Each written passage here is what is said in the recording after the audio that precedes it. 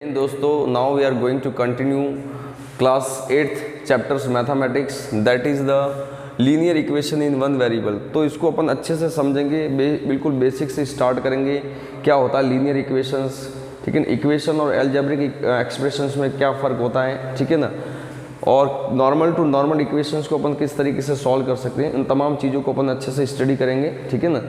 तो वीडियो के एंड तक आपको बने रहना है, ठीक है ना। तो चलिए अपन कंटिन्यू करते हैं। देखिए, नाम आप देख सकते हैं लीनियर इक्वेशंस। लीनियर इक्वेशंस का मतलब उन इक्वेशंस को अपन लीनियर इक्वेशंस बोलेंगे जिनका हमेशा ध्यान रखना, जो ग्राफ पे प्लॉट करेंगे ना उस इक्वेशंस का जो भी आंसर आएगा, ग्राफ हमेशा एकदम स्ट्रेट लाइन होना चाहिए, स्ट्रेट लाइन होना चाहिए। अभी इसको समझेंगे, उससे पहले हमें ये समझना जरूरी है कि किसी भी, ठीक है, मैथ्स के चीज़ को अपन इक्वेशन कब कहेंगे और एल्जेब्रिक एक्सप्रेशन कब कहेंगे। तो पहले ये कम डिफरेंशिएट करना आपको आना चाहिए। तो किसको हम इक्वेशन बोलेंगे, किसको अपन एल्जेब्रिक एक्सप्रेशन बोलेंगे। तो आप देखिए, इक्वेशंस के लिए क्या होना जरूरी है। इक्वेशंस के लिए एक तो चाहिए आपके पास वेरिएबल, ठीक है ना। एक चाहिए इक्वल का साइन, दूसरा चाहिए कांस्टेंट। तो तीन चीज़ें आपकी जरूरी है। नंबर 1 वेरिएबल चाहिए, ठीक है ना। बताएंगे वेरिएबल क्या होता है, कांस्टेंट क्या होता है, अभी डिस्कस करूँगा मैं, ठीक है। उसके बाद आपको चाहिए इक्वल का sign, it is very important. Equal का साइन ये होना ज़रूरी है, ठीक है, इक्वेशंस होने के लिए। और एक होना चाहिए कांस्टेंट, ठीक है ना, ये कांस्टेंट होना चाहिए। अब अपन बात करते हैं, देखिए वेरिएबल। वेरिएबल उसको बोलते हैं जिसकी वैल्यू वेरी करती हो। फॉर एग्जांपल जैसे मैंने यहाँ पर लिखा 2x और एक मैंने लिखा यानी 2, तो ये देखिए ये फिक्स है, ये एनी टाइम 2 ही रहने वाला है, ठीक है ना, ये वेरिएबल नहीं है। लेकिन यहाँ पर देखिए, यहाँ पर मैं x बराबर 1 रखूँगा तो 2 आएगा, x बराबर 2 रखूँगा तो 4 होगा, x बराबर 3 रखूँगा तो 6, x बराबर 4 रखूँगा तो 8 हो जाएगा। कहने का मतलब आप समझ रहे हो कि जैसे जैसे मैं x की वैल्यू पुटअप करता जाऊँगा उस तरीके से उसका जो वैल्यू है वो मान भी चेंज होता रहेगा। तो चेंज होना ही कहना कहलाता है कि वेरी हो रहा है वैल्यू, ठीक है ना। इसका मतलब ये क्या है, वेरिएबल है, समझ। जबकि ये क्या कांस्टेंट है। तो समझ में आया ना, ये पूरा का पूरा एक्सप्रेशन वेरिएबल कहलाएगा, ये कहलाएगा कांस्टेंट, ध्यान रखें। अच्छा, इसमें वेरिएबल कौन सा है, तो वेरिएबल यहाँ पर ये x। तो यहाँ पर ध्यान रखना, मैथमेटिक्स के अंदर अपन वेरिएबल किनको कंसीडर करते हैं, तो variable basically my dear student जितने भी ABCD होते हैं ना, ABCDEFGH, ये जो भी स्मॉल लेटर में होते हैं, इसमें किसी को भी अपन वेरिएबल मान सकते हैं। हो सकता है वो ABC को अपन मान सकते हैं वेरिएबल, ठीक है, 2a बराबर इस तरीके से। हो सकता है अपन X, Y और Z को अपन वेरिएबल मान सकते हैं। हो सकता है अपन P, Q और R को वेरिएबल माने, ठीक है। तो इनमें से किसी को भी कंसीडर किया जा सकता है वेरिएबल के रूप में, ठीक है। तो आई होप कि इतना तो समझ में आया कि वेरिएबल कांस्टेंट में फ़र्क क्या होता है। अब इक्वेशन होने के लिए टर्म्स एंड कंडीशंस क्या होते हैं उसके ऊपर बात करते हैं। तो किसी भी एल्जेब्रिक एक्सप्रेशन वो इक्वेशन तब कहलाएगा, मैथमेटिक्स इक्वेशन, जब उसके अंदर एक तो वेरिएबल होना चाहिए। तो आप देख सकते हैं यहाँ पर वेरिएबल है एक x, ठीक है, ये कंडीशंस सेटिस्फाइड कर रहे हैं। दूसरा, क्योंकि कई बार सीधा सवाल आता है कि आइडेंटिफाई कीजिए वेदर इट इज इक्वेशंस और नॉट, ठीक है, कौन सा इक्वेशन है कौन सा एल्जेब्रिक एक्सप्रेशन, तो कई बार आ जाता है एग्जाम्स में। इक्वल का साइन होना चाहिए, तो यहाँ पर इक्वल का साइन भी आपको नजर आ रहा है, तो ये भी है, वेरिएबल भी है, यहाँ पर दोनों कंडीशन सेटिस्फाइड है। एक कांस्टेंट का होना जरूरी, तो आप देख सकते हैं यहाँ पर ये कांस्टेंट है, ठीक है, ये रहा कांस्टेंट आपको, ठीक है। तो इसका मतलब यहाँ पर वेरिएबल भी है, इक्वल का साइन भी है और कांस्टेंट भी है। क्या ये इसको अपन इक्वेशन बोलेंगे कि नहीं बोलेंगे, बिल्कुल, ये हमारा एक तरीके से क्या है, इक्वेशन है। अच्छा, इक्वेशन भी कैसा, लीनियर इक्वेशन है, ठीक है ना। Linear equation of one variable लिखा हो यहाँ पर, linear equation of one variable. इसका मतलब क्या हो, इसका मतलब हुआ कि वेरिएबल उसके अंदर एक होना चाहिए। तो यहाँ पर एक वेरिएबल है। आप जैसे 9th में 10th में जाओगे तो यहाँ 2 वेरिएबल की इक्वेशन मिलेगी। अब 2 वेरिएबल की इक्वेशन कैसे होती है, तो इस तरीके से आपको मिलेगा 2x प्लस 3y बराबर 5। तो यहाँ पर देखिए वेरिएबल एक, वेरिएबल दो, तो ये हो गया 2 वेरिएबल वाले। तो इसको सॉल्व करने के अलग अलग तरीके होते हैं, वो बाद की बात है। फिलहाल आपको इतना समझ में आना चाहिए कि किसी भी इक्वेशंस को इक्वेशन कब कहेंगे, एल्जेब्रिक एक्सप्रेशन। अच्छा सर, इनमें से अगर ऐसा कुछ नहीं हो तो उनको क्या बोलेंगे, क्या उनको इक्वेशन नहीं बोलेंगे, तो उनको इक्वेशन नहीं बोलेंगे। देखिए, जैसे कि मान लो यहाँ पर वेरिएबल भी है, यहाँ पर कांस्टेंट भी है, लेकिन फिर भी इक्वेशन नहीं कहलाएगी। क्यों नहीं कहलाएगी, क्योंकि यहाँ पर इक्वल का साइन नहीं है, जैसा कि यहाँ पर होना चाहिए तीनों कंडीशंस के अंदर।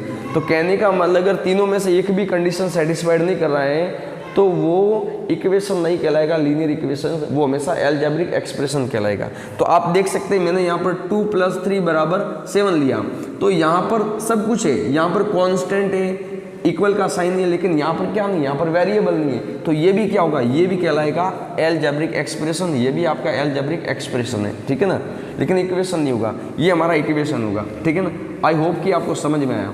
अब देखिए किसी भी इक्वेशंस को अपन लीनियर इक्वेशंस क्यों कहेंगे, तो ध्यान रखना linear equation of one variable, तो ये इक्वेशन है, ये तो समझ में आया, ये लीनियर क्यों है, तो लीनियर इक्वेशन होने के लिए वो सभी equation my dear student linear कहलाएगी जिनको अगर ग्राफ लाइन के ऊपर प्लॉट करेंगे ना तो एक स्ट्रेट लाइन होनी चाहिए, अगर वो स्ट्रेट लाइन बन रहा है इसका मतलब वो लीनियर इक्वेशन है। जैसे मैंने यहाँ पर लिखा वन वेरिएबल स्ट्रेट लाइन होना कंपलसरी है। अब ये कैसे बनती है तो उसको थोड़ा ग्राफ को समझना जरूरी है, ये आप अच्छे से समझिए क्योंकि ये आपको 7th 8th 9th 10th 11 up to 12 तक आपको पीछा छोड़ने वाला नहीं है, तो इसको समझना जरूरी है। कई बच्चों के कंफ्यूजन होता है, क्या होता है ये कोऑर्डिनेट ज्योमेट्री तो समझ में नहीं आ रही है, तो बिल्कुल मैं बेसिक से बताओ, ध्यान रखना। देखिए ये हमारा कोऑर्डिनेट्स प्लान होता है, एक्स और वाई एक्सिस के ऊपर एक प्लान होता है, ठीक है ना। आप देखिए कि प्लान क्या हो गया, तो ये प्लान हो गया, ये एक्स और ये वाई एक तरीके से क्या हो, ये पूरा का पूरा प्लान हो गया, ठीक है ना। अच्छा इसको ड्रॉ करने के लिए आप देखिए क्या चीज़ आपको ध्यान में रखना है, तो ध्यान रखना इसके अंदर इस तरीके से अपन लाइन ड्रॉ करते हैं, ये जो होता है ना ये एक्स एक्सिस को डिनोट करेगा, ये हॉरिजॉन्टल लाइन जो होती है ना हमेशा एक्स एक्सिस को डिनोट करेंगे, ये पॉजिटिव वाला होगा और ये नेगेटिव वैल्यू वाला, ये प्लस वाला होगा और ये नेगेटिव। इतना ध्यान है, जैसे बता रहा हूँ उसी तरीके से आपको चीज़ें सीखनी है।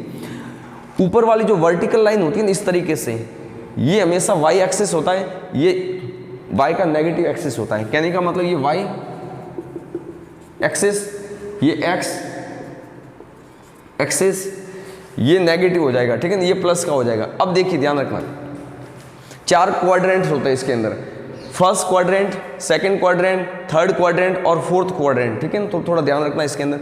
अच्छा यहाँ पर x और y दोनों की वैल्यू कैसी होगी, दोनों की वैल्यू पॉजिटिव होगी माय डियर स्टूडेंट। कहने का मतलब मान लो कि मैंने यहाँ पर नंबर दिया 2 और 3, 2,3, ये कोई पॉइंट है, पॉइंट P की कोई वैल्यू है, तो आपको मैं पूछूंगा बताइए कौन से क्वाड्रेंट के अंदर आएगा, तो तुरंत बताना। अच्छा दोनों पॉजिटिव, यहाँ पर x भी पॉजिटिव है, y भी पॉजिटिव है, सर ये आएगा फर्स्ट क्वाड्रेंट के अंदर। क्यों? क्योंकि यहाँ पर ये x भी पॉजिटिव है, y भी पॉजिटिव, ये वाली जो वैल्यू होती है ना पहले वाली वैल्यू, ठीक है ना, ये वाली, ये हमेशा x एक्सिस को डिनोट करती है, ये हमेशा y एक्सिस को डिनोट कर दिए, तो आपको देखना अगर दोनों पॉजिटिव है तो क्या हो जाएगा फर्स्ट क्वाड्रेंट। इसी तरीके से अपन बात करें सेकंड क्वाड्रेंट के अंदर, तो यहाँ पर वैल्यू जैसे मान लो मैंने लिखा 4 और ये लिखा 6 माय डियर स्टूडेंट्स, ठीक है ना, तो यहाँ पर एक नेगेटिव x वाला नेगेटिव होगा, y वाला पॉजिटिव। ये कैसे समझ में आ रहा है x वाला नेगेटिव y वाला पॉजिटिव, तो देखिए x अपन ने यहाँ से उठाया जो कि नेगेटिव है, y अपन ने यहाँ से उठाया, तो ये बन गया हमारा प्लान का पॉइंट वाला, ठीक है ना, तो इधर से नेगेटिव वाला और इधर से पॉजिटिव वाला, इस तरीके से, ठीक है ना।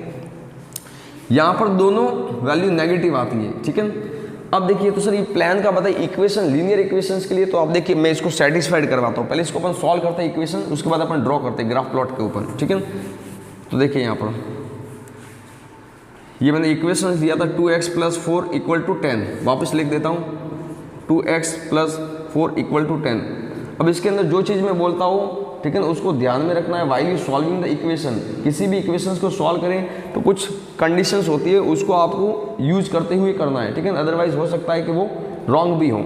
तो क्या है, जब भी आप इक्वेशंस को सॉल्व करें तो ये सिंस का साइन आपको अवश्य लगाना है एनी टाइम, ठीक है ना, हर स्टेप्स के अंदर। तो देखिए इसके अंदर क्या करना है, एक ही कॉन्सेप्ट ध्यान रखना है, सारे वेरिएबल है वो इक्वल को इधर रखिए, बाकी कॉन्स्टेंट को इधर भेज दीजिए। तो मैं यहाँ पर लिख देता हूँ वेरिएबल इक्वल टू कॉन्स्टेंट, ठीक है ना।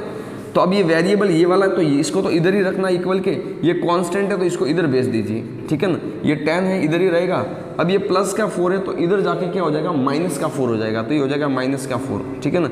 अब यहाँ पर देखिए नेक्स्ट स्टेप वापस आएगा 2x, तो ये हो जाएगा 6, ठीक है ना।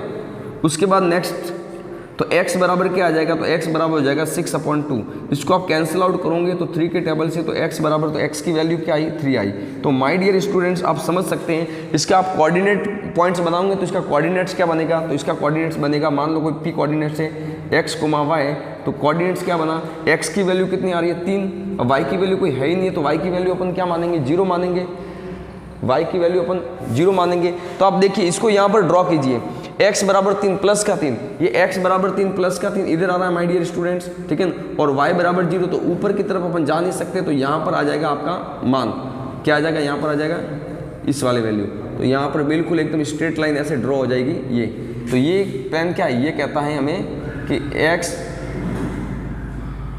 3,0, तो कहने का मतलब एकदम स्ट्रेट लाइन बन रही है, ठीक है ना। तो ध्यान रखना, लीनियर इक्वेशंस बनने के लिए ज़रूरी है कि उसका ग्राफिकल रिप्रेजेंटेशन है बिल्कुल एकदम स्ट्रेट लाइन होना चाहिए, जैसा कि यहाँ पर अपने को दिख रहा है, ठीक है ना। तो आई होप कि इतना मैंने ये बेसिक बिल्कुल बताया इक्वेशन से, अभी मैंने इक्वेशन स्टार्ट नहीं किया है, ठीक है ना। तो आई होप कि आपको ये समझ में आया। अगर ये आपको अच्छा लगा वीडियो, ठीक है ना, तो आपको देखिए लाइक करना है ज़्यादा से ज़्यादा, स्टूडेंट्स को शेयर करना है अपने ग्रुप्स के अंदर। और हाँ, यहाँ पर है ना सब्सक्राइबर का बेल आइकन है, तो सब्सक्राइबर आपको सब्सक्राइब कर देना चैनल को, और नीचे बेल आइकन है उसको आप क्लिक कीजिए, ताकि जब भी मैं नए अपकमिंग वीडियो डालूँ तो आपको उसका नोटिफिकेशन मिलता रहे। आज के लिए इतना ही, थैंक यू सो मच, जय हिंद, keep watching, bye bye, take care, सबा खैर।